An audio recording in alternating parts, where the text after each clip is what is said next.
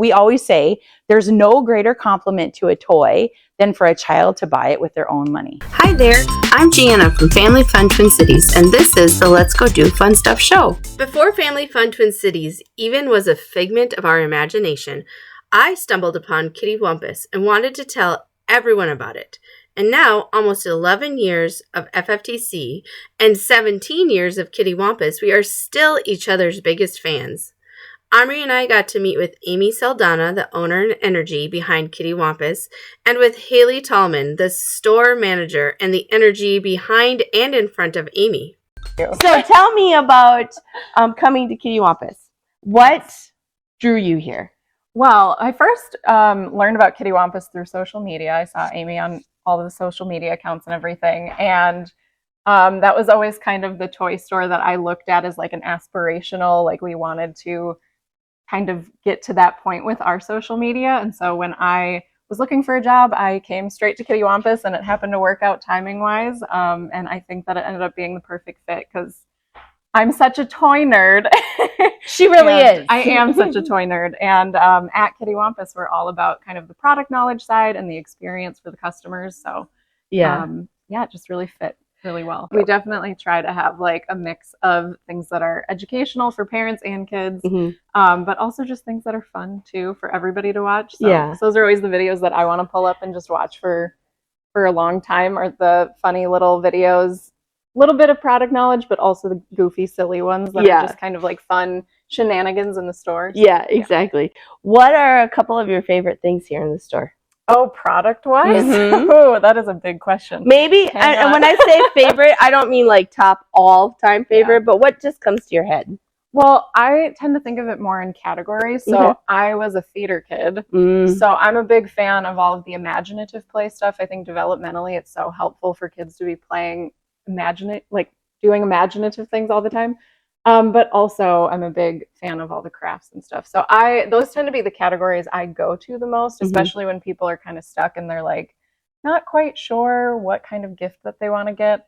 Those are pretty safe bets, especially for the younger kids. Those are my go-tos. So that makes sense.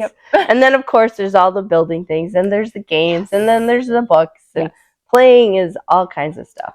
And I have favorites in every section. That's something that I talk to our staff a lot about, is to kind of pick your go-tos for each category. Oh, that makes sense. But they change all the time as we get new stuff. And it's usually every single week I'm like, oh, this is brand new. This has been my obsession lately. So so what can you give us some of the categories? You said imaginative play. So there's imaginative play, crafts. We've got a whole game section. So we tend to go through certain games that are our favorites for each age group. We've got more of the active section. So if you have a kiddo who's really busy and kind of wiggly, that might be a good area, or just during the summer, that's always a good one to go to.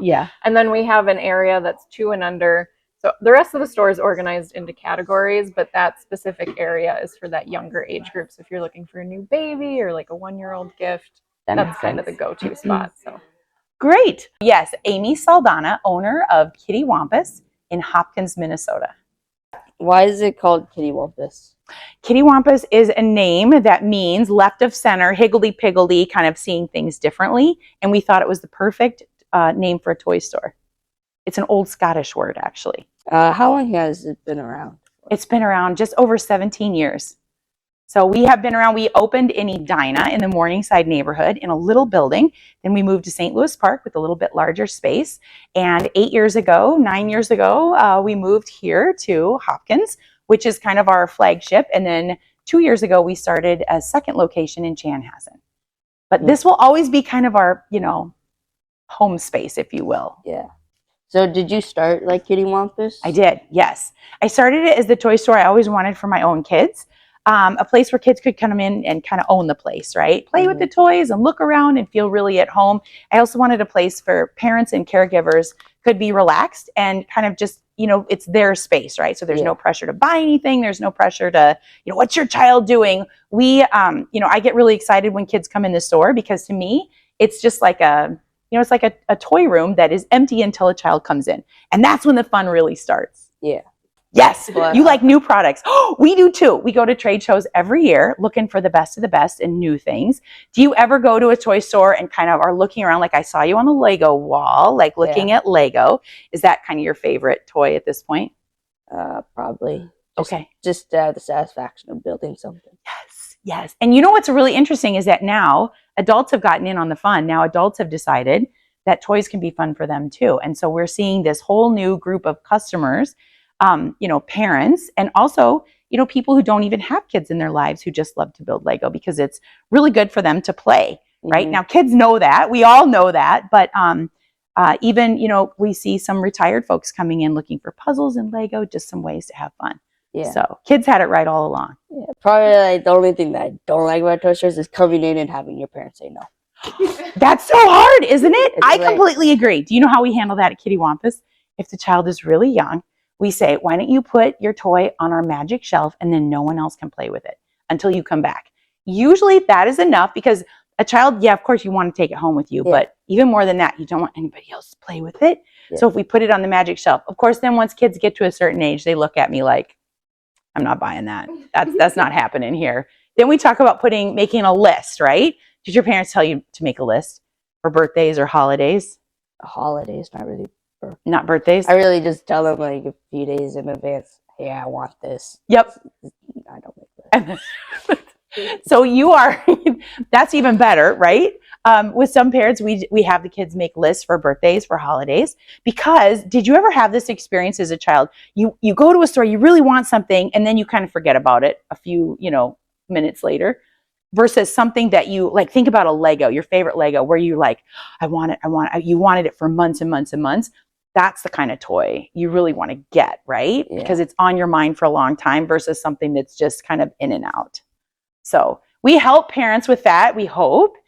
Sometimes we say, are you having a looking day today? Looking day means you're here to look at all the toys, but you might not be getting anything. Mm-hmm. And that can be a really fun experience too, although it's hard, isn't it, as a kid? Do you remember that?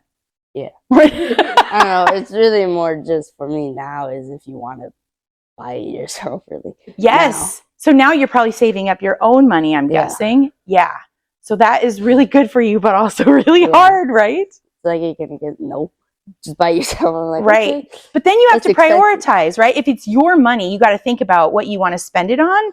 We love those conversations at Kiddywampus because oftentimes what a child will ask an adult for is very different from what they'll pay their own money for. Yeah. I don't know if you found that. The standard is higher. We always say there's no greater compliment to a toy than for a child to buy it with their own money. So, which is going back to kind of as we opened up Kiddywampus 18 years ago, that's really what we wanted to do, was to create a space where kids and families could really come in and have fun and, learn some life lessons along the way, right? We have been a home for people to celebrate birthdays, come to summer camps, celebrate all sorts of events and kind of grow up with us. It has grown, right? Yeah. When we opened in Chanhassen, the retail space was 2,000 square feet. The party room was a little bit larger. We during COVID, we swapped that up a bit. We made our party space a little bit smaller, although it's still 550 square feet. So it's a large party space. We added a bathroom in there because we really wanted that. And of course, we've got working sinks. In a couple of months, we're going to be opening a pay-by-the-hour play space.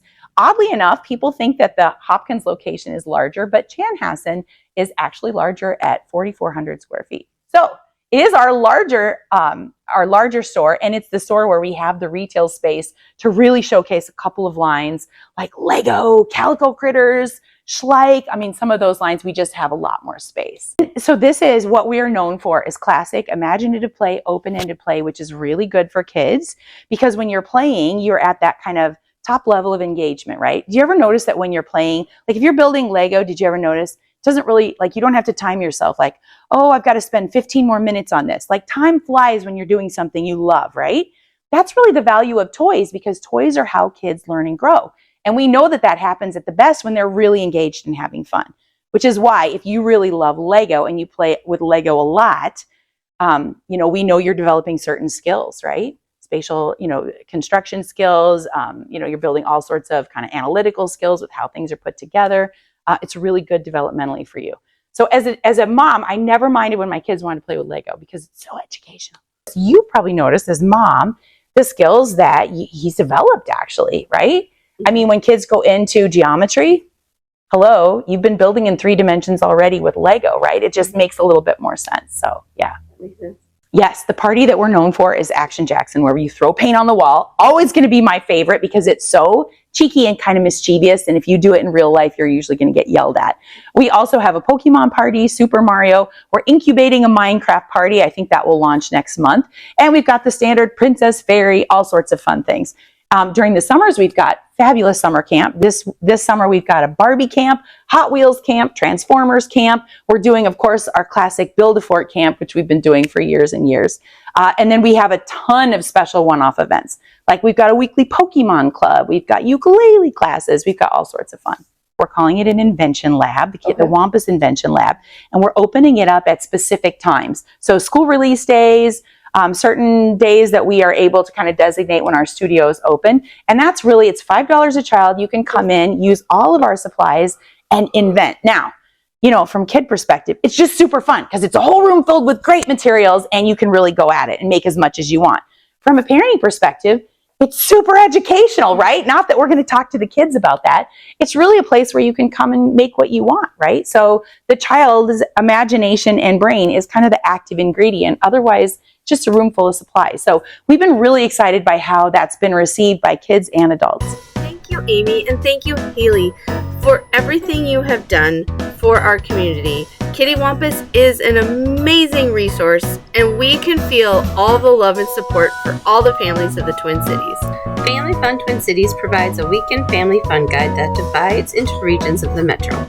We also have a highly curated calendar of the family fun you can find on any specific day. We have all the links available in the show notes if you are listening to the podcast, or in the description box if you are watching on YouTube. And now it's time to highlight our weekend top 3. The Twin Cities is always bustling with fun around St. Patrick's Day.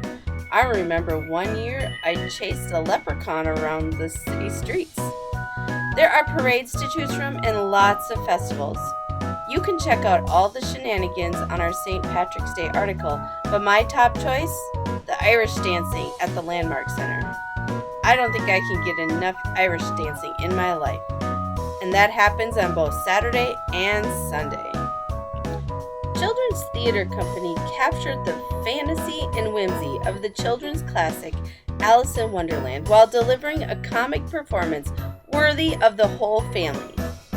The opening night audience had as many grandparents as kids laughing out loud at the physical comedy and witty humor, and it is now playing at the Children's Theater in Minneapolis.